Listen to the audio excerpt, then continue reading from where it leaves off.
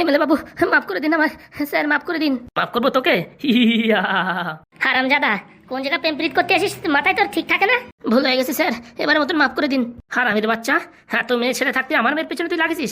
দাঁড়া, তোর একদিন কি আমার একদিন। উরি মা, উরি বাবা, মরে গেলাম। চালা ভোটের সময় আমার বাড়ি আসে, খাওয়া দাওয়া করে শেষকাল আমার মেয়ের পেছনে লাগিয়ে না। হ্যাঁ, তোর একদিন কি আমার একদিন। এমএলএ বাবু এবারের মতন মাফ করে দিন। মা যায় বাড়ি যান, মা যায়, যদি শিক্ষা তারা দিনা পারে পচা ভাঙা মার দিন এমএলএ বাবু, তাহলে ব্যাগটা আমার কাছে দিন, বাড়ো ইয়ে ওর পুরো মুখ কবজি খুলে দিই। উরি মা, উরি বাবা রে, মরে গেলাম। উরি মারে, উরি বাবা রে, জীবন শেষ হয়ে গেল। হয়েছে এমএলএ বাবু, আর মারেন না, মরে যাবে। তা তুই কি বলছিস ঢামনা, এর বাচ্চা রাখবো? এক্ষুনি এর খাল্লাস করে দিয়ে নদীর জলে ভাসিয়ে দেবো। না, তার কোনো দরকার নেই। তাহলে ঢামনা তুই কি বলতে চাইছিস? আমার মেয়ের সাথে ফাজলামি করেছে আর এরম ছেড়ে দেবো?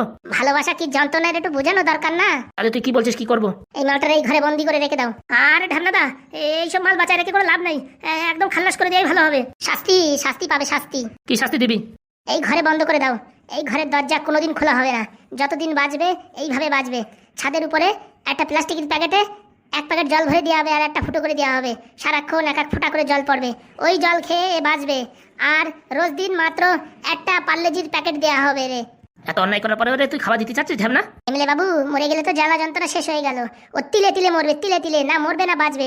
হাগা মোতা সব একই ঘরে, স্নান কোনোদিন করতে পারবে না। হাগা এই জায়গা, মোতা এই জায়গা, সব কিছু একই জায়গায়। আর খাওয়া একটা পার্লেজির প্যাকেটে 24 ঘন্টা। আর ছাদের উপরে এক এক ফোঁটা করে জল পড়বে, সারাক্ষণ হা করে করে এক ফোঁটা ফোঁটা জল নিয়ে বেঁচে থাকবে। ও জীবন পুরো কান্দায় দেবো। আমার তো চেনে না, আমার নাম ঢ্যাবনা। হ্যাঁ, আমার ভাইদের সাথে ফাজলামি করা, ও জীবন চরম সীমায় পৌঁছায় দেবো। এরকম শাস্তি দেওয়ার থেকে আমায় মেরে ফেলুন। এবারে কথা বলেছিস না, মেরুদণ্ডের হাড় ভেঙে পা উপর দিক দিয়ে মাথা নিচের দিক ঝুলাই দেবো, বুঝতে পারিস? সন্ধ্যে এইসব কুলির হুঁশি। কারে বলছিস কুলির হুঁশি? তোরে বলছি। আজকের থেকে তোর ডিউটি হবে এইখানে। যতদিন এর গায়ে শক্তি থাকবে ততদিন তুই পাহারা দিবি। তারপরে আর যে নড়ার ক্ষমতা থাকবে না, হাড়গুলো বাইরে বেরোয় আসবে, তখন আর তুই ডিউটি না দিলে হবে। মালটাকে কোনো সময় যেন বাইরে না বেরোতে পারে সেই দিকে লক্ষ্য রাখবি। আর যদি কোনো সময় দেয়াল বাবাই করে, কারেন্টের শর্ট দিবি, বুঝতে পারিস?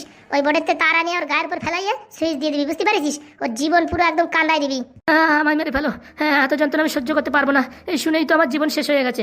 এমএলএর মেয়ের সাথে প্রেম করবি, তা একটু মজা পাবি না, তা কি হয়? সত্যি ঢ্যাবনা, তুই যে আইডিয়া দিছিস না, সারা জীবনে প্রেমের নাম ভুলে যাবে। একবারে মেরে দিলে তো জীবন শান্ত হয়ে গেল, আর দুঃখ যন্ত্রণা বুঝবে না। তিলে তিলে 6 মাস ধরে মালটাকে মারবো, 6 মাস। জীবনের প্রতি ঘৃণা হয়ে যাবে। হ্যাঁ, এমএলএর মেয়ের সাথে প্রেম করবি তো নিজের প্রতি নিজের ঘৃণা হবে, ঘৃণা। পাগল হয়ে যাবি, উন্মাদ হয়ে যাবি। স্নান না করতে পারে এক এক ফোঁটা জল পেয়ে, হ্যাঁ, সারা জীবনের মতন তোর দুঃখ যন্ত্রণা ঘোচাই দেবো। তুই আমার সাথে ফাজলামি করিস? হ্যাঁ, আমার ভাইজির সাথে তুই প্রেম করতে চাস? তোর এত বড় সাহস! হারামজাদা, ইচ্ছা তো করছে তোর টুটি টেনে ছেড়ে ফেলি, কিন্তু এইভাবে তো শাস্তি পাবি না, তোকে মারবো তিলে তিলে। আমার মেরে ফেলো, এক্ষুনি মেরে ফেলো, আমি আর বেঁচে থাকতে চাই না। না রে না, খাবি না আমার মেয়ের বিয়ের বউ ভাতের খাবার খাবি না? বিয়ের খাওয়া ঠিক দেয়া হবে, বউ ভাতের খাওয়া দেয়া হবে, কিন্তু তাতে মিশানো থাকবে টিকটিকির গু।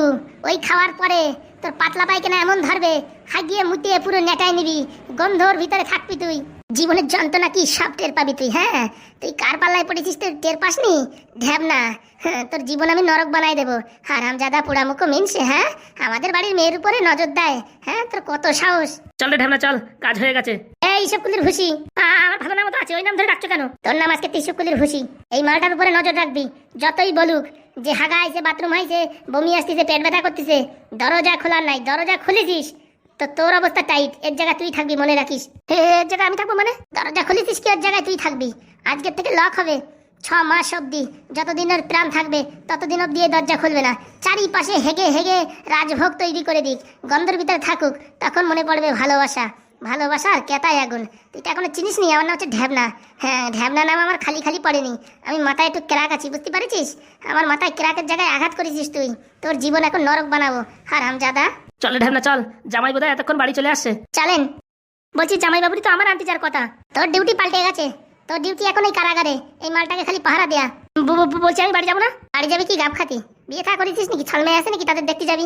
গার্লফ্রেন্ড একটা আছে না, ফোনে ফোনে কথা বলবি এখানে বসে। তোর খালি ফোন করার ডিউটি, আর এই মালটার দিকে দেখার ডিউটি, বুঝছিস? আচ্ছা গুরু, আর এই মালটা এখানে আছে, এই খবর যদি বাইরে কোথাও যায় তো বুঝবি ইসুকুলির ভুসি জলে ভিজে খেয়ে ফেলাবো, বুঝতে পারিস? মাথা খারাপ, কাক পক্ষিতেও টের পাবে না। ঠিক আছে, দেখা যাক। এমএলএ বাবু চলেন, তাড়াতাড়ি চলেন। ঢ্যাবনা, তুই যা আজকে আমার মনটা শান্তি করে দিছিস। মনে হচ্ছে 40,000 টাকার ফ্রিজের জল খালি এরকম ঠান্ডা হয় না। কেন যে ভালোবাসতে গেলাম, আজকে এই দিন দেখতে হতো না। এখন তো সৎ বুদ্ধি আসছে মাথায় না? ছেড়ে দাও গো, ছেড়ে দাও, আমি আর সারা জীবনে কোনোদিন এখানে আসবো না। জীবনের ভিক্ষা চাইবি রোজ দিন। চলেন বাবু চলেন। হারামজাদা, আমার সাথে পাঙ্গা নাই, ও আমার চেনে। আমি শালা এমএলএ, আমার মাথায় এইসব বুদ্ধি আসে না। ঢ্যাবনার মাথায় এইসব বুদ্ধি কোথাতে আসে কে জানে। মাঝে মাঝে ভাবি আমি এমএলএ না হয়ে ঢ্যাবনা এমএলএ হওয়া উচিত ছিল। অতি তো পারতাম, পকেটে তো জোর নাই পয়সায়, তা কি করে হবো? বলছি ঢ্যাবনা যাওয়ার সময় মাথায় একটা বাড়ি দিয়ে যাবো নাকি? তোমারও সত্যি বলি আর কি। আসো আসো, তাড়াতাড়ি আসো। আমার ছেড়ে দিন, ছেড়ে দিন, আমার ছেড়ে দিন, আর কোনোদিন ভুল করবো না। বলছি বৌদি, হ্যাঁ এমএলএ বাবু কোথায়? ওই তো একটু পার্টি অফিসে গেছে, এক্ষুনি চলে আসবে, তোমরা বসো। বলছি এমএলএ বাবুর দয়ায় আমার চাকরিটা বোধহয় হয়ে গেছে। ভালো কথা তো, হবে তো অবশ্যই। বলছি হ্যাঁ, আপনার মেয়েকে দেখছি না যে, ও শরীরটা একটু ভালো নেই, তাই শুয়ে আছে।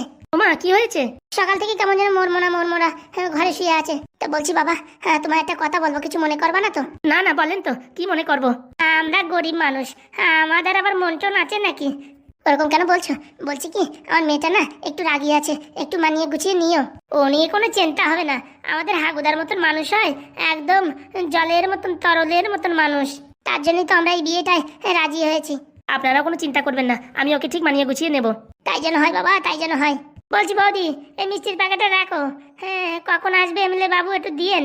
আসবে আসবে, এক্ষুনি চলে আসবে। তোমরা আসার সাথে সাথে আমি ফোন করেছি, বেরিয়েছে পার্টি অফিস থেকে, ভারী জোর 2 থেকে 4 মিনিট লাগবে। ততক্ষণ আমাদের হবু বৌদির সাথে একটু দেখা করে আসি। আপনি যদি পারমিশন দেন তাহলে একটু মিষ্টি খাইয়ে আসি।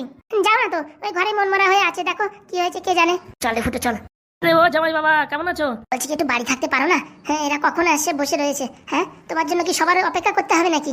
বলছি জামাই বাবা, আমি দুঃখিত, তোমাদেরকে এতক্ষণ বসিয়ে রেখেছি। না না, কোনো সমস্যা নেই। বলছি তুমি কথা বলো, আমি দেখি একটু চা করে নিয়ে আসি। আচ্ছা গিন্নি, কড়া করে এনো কিন্তু। আর কি বলবো, বরটা সব সময় লোকের সামনে বেশি কথা বলবে, কড়া করে নিয়ে আসো, পাতলা করে নিয়ে আসো। আমি কি চা বানাতে পারি না নাকি? তা বলছি ইন্টারভিউ কেমন হয়েছে? এই যে স্যার, মিষ্টি দেখতে পাচ্ছেন না, চাকরি তো পুরো কনফার্ম। 1 সপ্তাহের ভিতরে বলেছে রিটার আসবে বাড়ি। ও বাবা, তাই নাকি? হ্যাঁ, সেটাই বলেছে। বলছি কি কি প্রশ্ন করেছে? কোনো প্রশ্নই করেনি। বলছি কোথায় চাকরি নেবেন সেই কথা বলছে। বাবা বাহ, খুব ভালো। বলছি মেম্বার বাবু, আপনার সাথে তো আর 2-4 বছর আগে দেখা হয়ে গেলে পারে, আমার বন্ধু এতদিন ভালো একটা ঘরটার বানায় ফেলাতো। বলছি তার আর দরকার হবে না। বলছি কি ঢ্যাবনাদা ভালো আছো? এই চলে যাচ্ছে। তা বলছি সকাল সকাল কোথায় গিয়েছিলেন দুজনে? দেখাই যাচ্ছে না। একটা মিটিং ছিল, পার্সোনাল মিটিং। তুই কি বললে তোকে, কি তার দরকার হবে না? ওই যে বলছিল না, আগে চাকরি পেলে একটা ঘরটার বানাতো। কালকে সকালের থেকে তোমাদের বাড়ি ইট পড়বে, ঠিক আছে? 3টে ঘর স্যাংশন করে দেওয়া হয়েছে। ঘবা 1 মাসের ভিতরে বাঁধতে ফেলো, ঠিক আছে? 1 মাস পরে বিয়ে। 1 মাস অব্দি নিবি কেন? তাড়াতাড়ি দেওয়া যাচ্ছে না? 1 মাসের ভিতরে কি করে কি গোছগাছ করবো?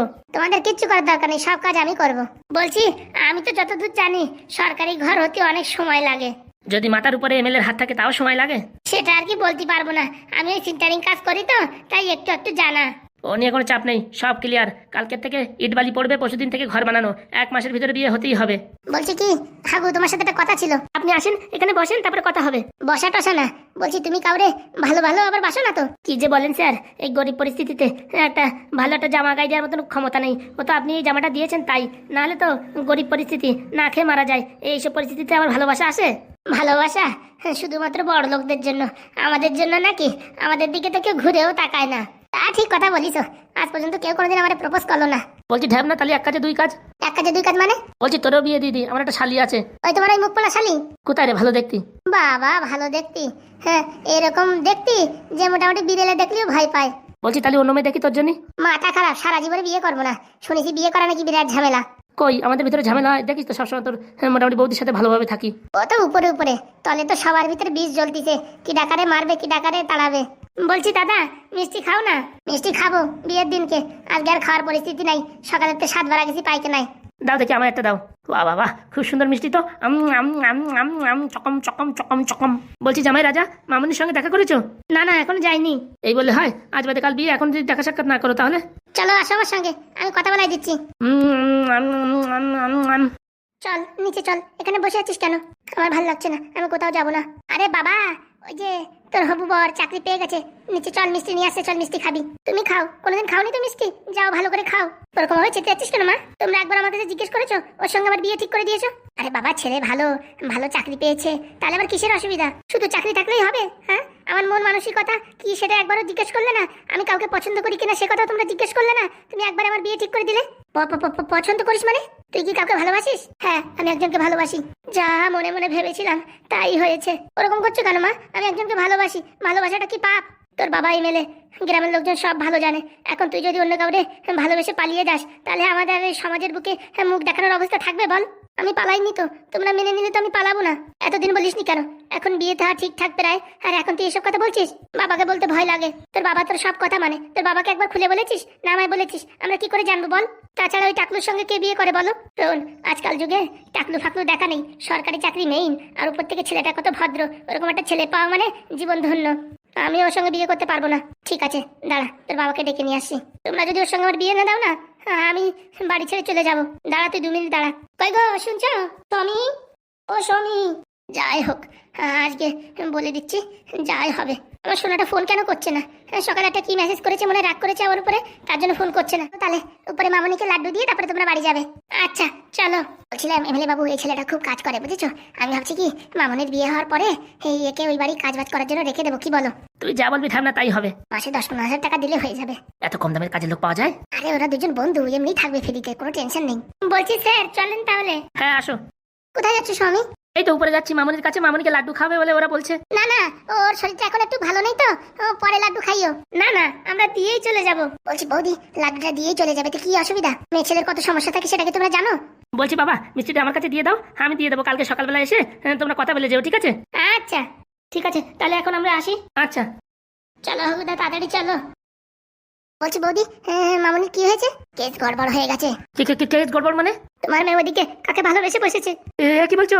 হ্যাঁ একদম সব শেষ করে দেবো। এদিকে ছেলে আমি দেখে ফেলেছি, হ্যাঁ এখন অন্য কোনো ছেলের সঙ্গে প্রেম করে। হ্যাঁ দাঁড়াও দেখাচ্ছি। ওগো রাগ করো না, গো রাগ করো না, ওর সঙ্গে আগে কথা বলো, মেয়েটা কি বলছে, নাহলে বাড়ি ছেড়ে পালিয়ে যাবে বলছে। আরে বৌদি তুমি টেনশন করো না, ও যাকে ভালোবাসে ওর সঙ্গেই বিয়ে দেবো। কি বলছো?